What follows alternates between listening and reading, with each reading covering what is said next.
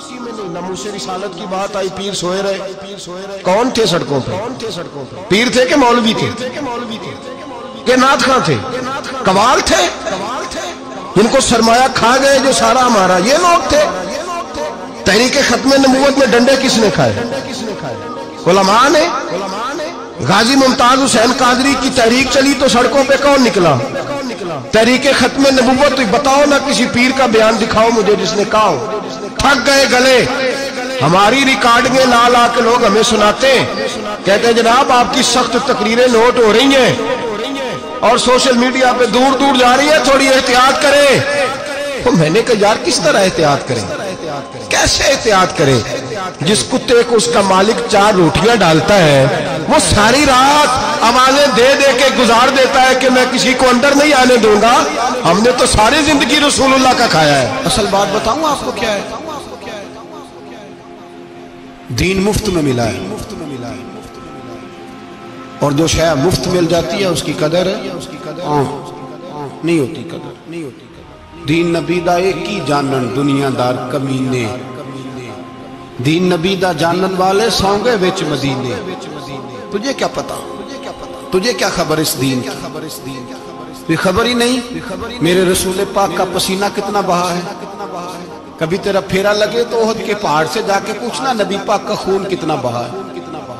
کبھی ٹائم ملے نا ملک شام جاؤ اور حضرت بلال کی قبر پہ کھڑے ہو کے پوچھ دین کتنا قیمتی، اور پھر اس سے زیادہ بات پوچھنی ہو نا کبھی تو مدائن جا، حضرت سلمان فارسی کے مزار کے پاس ان سے پوچھ دین کی قیمت کتنی ہے۔ وہ تجھے بتائیں گے کہ کئی 100 سال لگ گئے نبی پاک کے قدموں میں پہنچنے تک، 100 سال، کئی 100 سال۔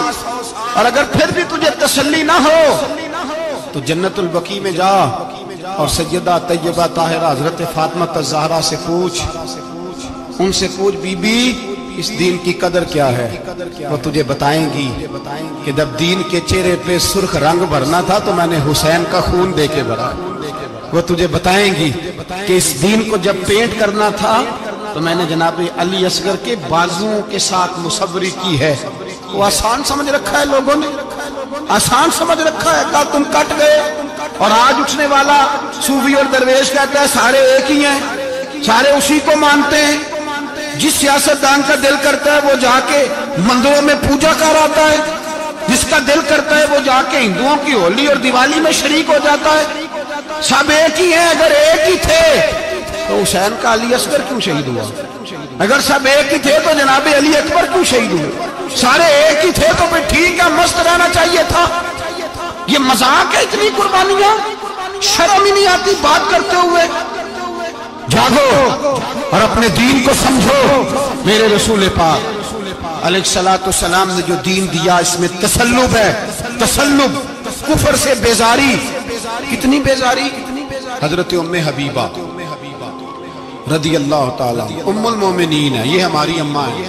ام، ماؤں کے نام تو بچوں کو آنے چاہیے نا، یہ مومنوں کی ماں ہے، ابو سفیان کی بیٹی ہیں۔ حضرت ابو سفیان رضی اللہ تعالیٰ عنہ کی بیٹی نبی پاک کی زوجہ ہیں، جناب امیر معاویہ رضی اللہ تعالیٰ عنہ کی سگی بہن حضور کی زوجہ تھی، بہت بڑے امیر باپ کی بیٹی تھی۔ مدینے جب آئیں تو نبی پاک کے گھر میں غربت دیکھی، آزمائش دیکھی، کئی دنوں کے فقر اختیاری کے جلوے دیکھے۔ ابو سفیان ایک مذاکرات کے سلسلے میں مدینے آئے اور کہتے ہیں میں نے سوچا سیدھا اپنی بیٹی کے گھر جاتا ہوں، تو کہتے ہیں میں حضرت ام حبیبہ کے صحن میں داخل ہوا تو چارپائی پہ بستر بچھا ہوا، اور ام حبیبہ ایک سائیڈ پہ بیٹھ کر تو سوئی دھاگے کے ساتھ کوئی کام کر رہی۔ ابو سفیان کہتے ہیں میری بیٹی کی نظر پڑی تو ام حبیبہ جلدی سے اٹھی، اٹھ کے بستر جو چارپائی پہ بچھا ہوا تھا وہ بستر اٹھایا، لپیٹا، اندر لے گئی۔ بعد میں باہر آئیں تو میں نے بیٹی کے سر پہ ہاتھ رکھا، میں نے کہا بیٹی میں سمجھ گیا، بستر پہ میری نظر پڑی ہے، لگتا ہے کئی سال پرانا ہے، پیوند بھی لگے ہوئے، تو اس لیے اندر رکھا ہی ہے کہ پرانے بستر پہ باپ کو بٹھاؤں گی، اس لیے رکھا ہی ہے۔ تو بیٹی امیر گھر سے آئے تو غریب گھر میں اس کی شکایتیں ختم نہیں ہوتی، پر دین کے ساتھ تسلط ام المومنین کا